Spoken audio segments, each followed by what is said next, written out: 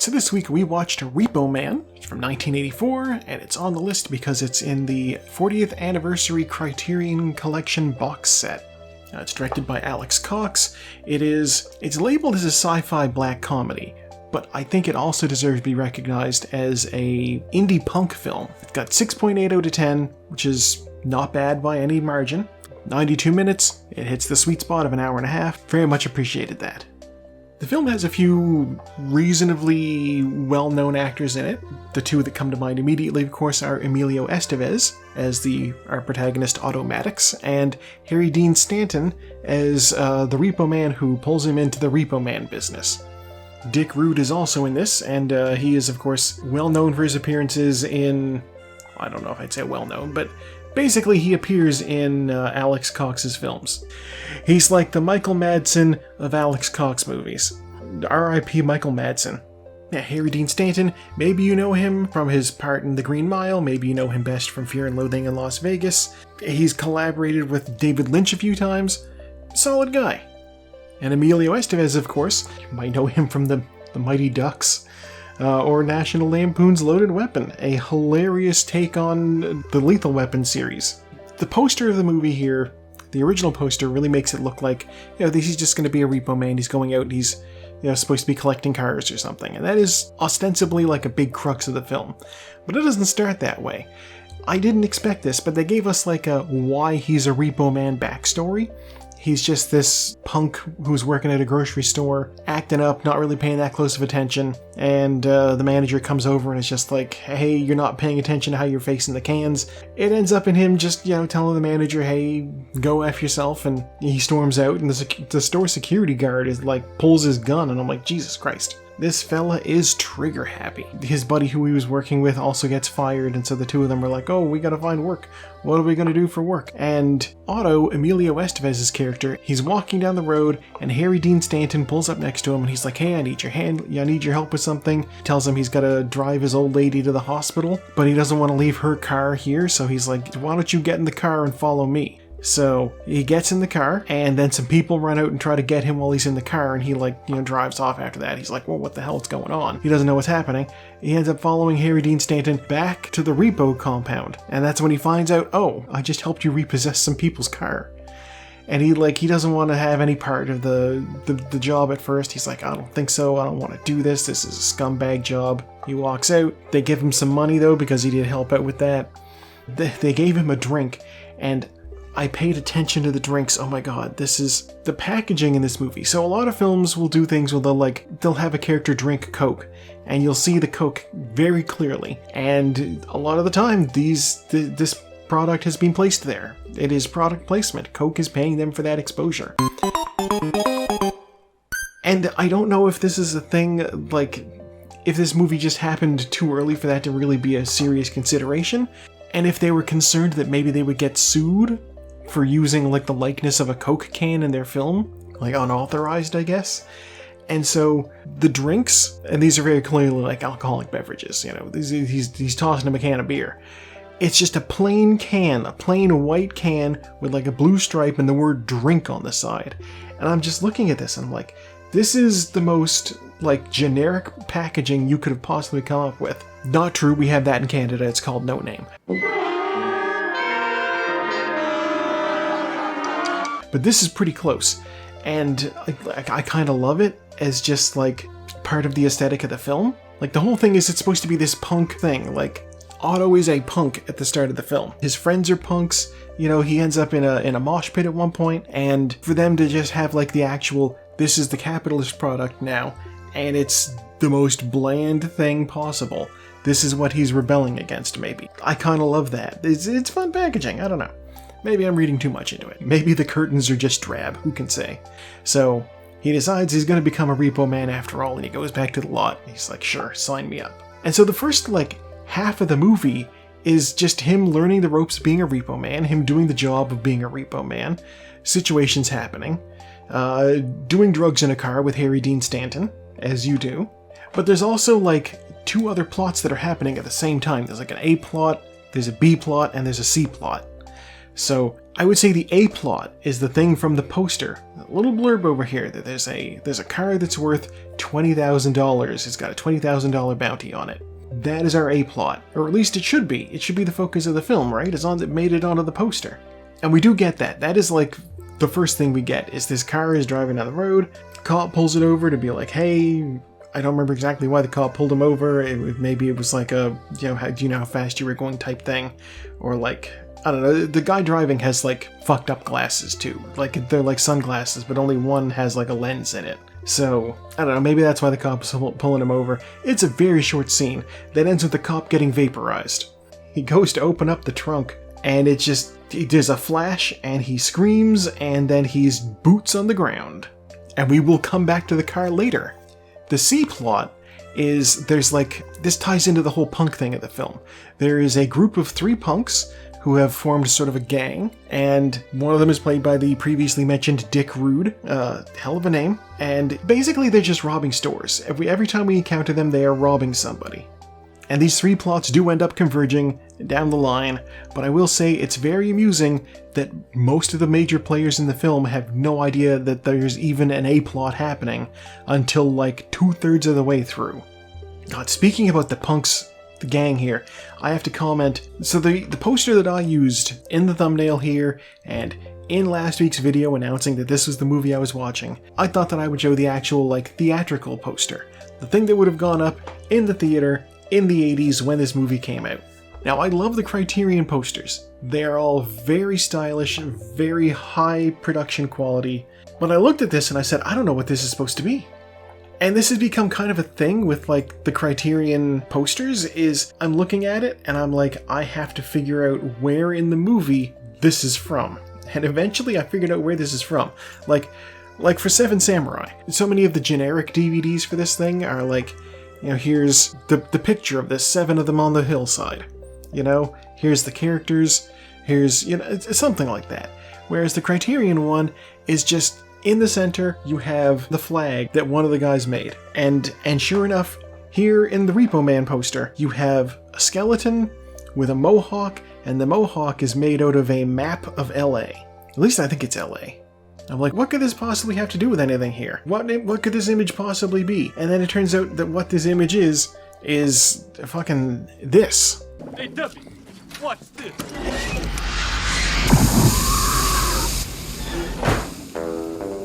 Oh dear, what a shame.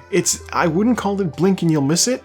It is kind of important, but it doesn't feel like, if I described the car as the A plot and the repossession as the B plot, then the punks are definitely the C plot, the least important part of it. They just sort of keep showing up. And so the fact that something happens to one of them makes it onto the poster. At least that's what I'm guessing this is supposed to be. It looks really good though. Say what you will about relevance to the plot, this is a very striking image, and the entire reason I chose this film out of the entire box set. What else could I have picked out of that box set? Yeah, that box set also includes 8½. It's got Tokyo Story, On the Waterfront. Marlon Brando. Barry Lyndon? I could have had Stanley Kubrick on here. But no, I saw this and I said, I'm going with this. This looks really neat and I know nothing about this. I will say also there's a couple of sequels to the film as well. Waldo's Hawaiian Holiday, which came out in 2008 and is a comic book.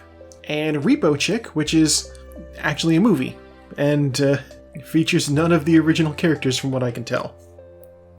I also need to talk about the soundtrack for this. So I mentioned, that this is a punk film, and the soundtrack is really leans into that. This is 84, so I don't know how big any of these bands really were at that time. So this might have been also like a cheap option, because this film was allegedly shot on a fairly low budget. Yeah, what did Roger Ebert have to say about it? Roger Ebert gave the film 3 stars out of 4. Said he saw Repo Man near the end of a busy stretch on a movie beat. So many of these bad movies were cynically constructed out of formula ideas and commercial ingredients. And then Repo Man came out of left field, has no big stars, didn't cost much, and takes chances. And it's funny. And I'm like, yeah, they don't have a lot of big names in this. And if the soundtrack was also cheap to acquire, but also it would have been something that they could have packaged and sold separately, think about Reservoir Dogs, and just the film, the score for that film would have suddenly put a lot of these older hits back on the radar. But like also some of the newer stuff that was in there, like the song "You'll Be a Woman Soon" is like basically contemporary with the film, and I guarantee that song would have probably not been at all notable otherwise. I guarantee that this probably would have been a bunch of relatively inexpensive groups to hire to get one or two of their songs to license and throw it into the film. We have the theme song is just titled Repo Man, and it's Iggy Pop. Now he was an established name at the time, but also not quite that in demand. We got Black Flag on here, we've got Suicidal Tendencies, we got the Circle Jerks, the Plugs offer a couple of songs. It's a really solid punk soundtrack, and if you're looking for some good old second wave 80s punk, go for it. See, as I mentioned, and as Roger Ebert said, this is a relatively inexpensive film to make. Budget of $1.5 million. Even in '84, that's a very, very cheap budget. But like when all you need for set design is here's a rundown little office we can borrow for a day, here's a parking lot we can work in, you know, you don't need a whole lot of money. When your major star power is Harry Dean Stanton and Emilio Estevez, your cast doesn't cost a lot of money either. Yes, this is an indie film through and through, from the soundtrack to the budget to the complete lack of star power. Like at this point, what had Emilio Estevez done other than this? Just The Outsiders, which did well, but like would have been filming at the same time as this, so like, or would have come out while this was filming, so he didn't really have like considerable star power, and he certainly wasn't the star. You know, they couldn't have sold Repo Man to theater crowds as starring Emilio Estevez from The Outsiders, the way a lot of indie films try to pitch, like, this is actor from The West Wing, and you're like, oh, The West Wing, I know that show, and then you find out he played like a nameless intern in the background in a scene. You're like, oh. So no, they wouldn't have done that with this. So this is complete shoestring, you know, not a lot of well-known actors, not a lot of well-known music on the soundtrack, barely any set design, everything put together in a beautiful package. Great watch, I highly recommend giving it a shot. And hey, speaking about watching, what are we gonna watch next week? You know how these videos end by now. Go! Alright, down into the horse plinko. Down the balls go. Where they stop? Well, we know, it's at the bottom. That's the end. Alright, The Killers is out front, followed by A Colt Is My Passport. Off in the back, though, we have a little speed booster here for them to hit. The Killers has gotten a little bit hung up. Doom Generation and Cecil B. Demented going around that side. Fear City over here. Cecil B. Demented out front. Okay. Vampire flying through the middle. I didn't even realize that was an option. Okay, Vampire's coming up. Vampire with a Y. Followed by the Doom Generation and Cecil B. Demented. Vampire's going to go down there. Doom Generation over there. Let's keep it interesting. Everybody's split up. Just like the Scooby Gang. Okay. Oh, we got Loops. The Loops brother. Vampire. Successfully navigating the loops. Everything else successfully navigating the loops. They're kind of tubes. It's hard not to successfully navigate those loops, I guess.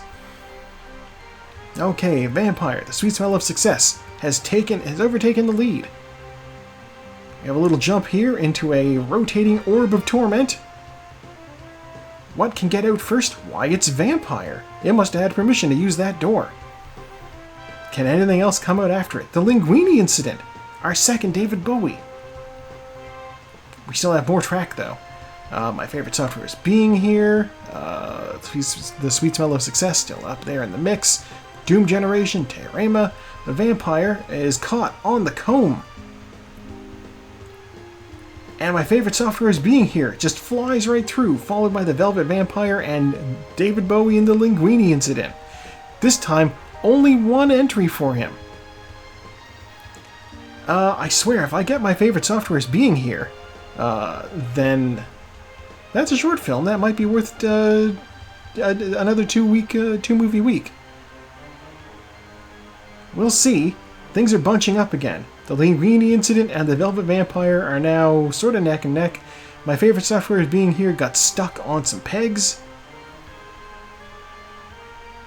So, yeah, at present, well, this is 2 paths. One of these goes down and squiggles a little bit. It has another obstacle, though. Ooh, what could be... This is hard to call. Cecil be Demented gets stuck. The Velvet Vampire and Linguini Incident still out in the lead. But what's on the bottom track here? After Hours and... Is that Brazil? That's Brazil. After Hours in Brazil. Linguini Incident jumps the track, but gets caught on the pegs. Here comes the Velvet Vampire, plowing straight through. Please. It looks so corny. I kind of want to watch the Velvet Vampire. Oh, are we going to get it? Are we going to get it? Neck and neck, neck and neck. Oh no, it's photo finished. It's the Linguini Incident and then the Velvet Vampire. Teorema and Charade have fallen to their doom. In comes After Hours. Then Brazil. 3 women. Here comes Fear City. And Vampire and the Sweet Smell of Success. Finally. How did you get up there? Well, goodbye, a Colt is my passport. A Man Escaped rounds out our top 10. And then the rest are coming in.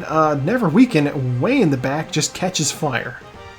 How did they manage that? Here comes the Doom Generation, Monsieur Hulo's Holiday, Cecil be Demented, The Killers, Dead Calm is stuck, Fabulous Baron Munchausen, also stuck. Those pegs, they really do get you. Alright, it's official, our winner, the Linguini Incident. Dead Calm dies. Okay.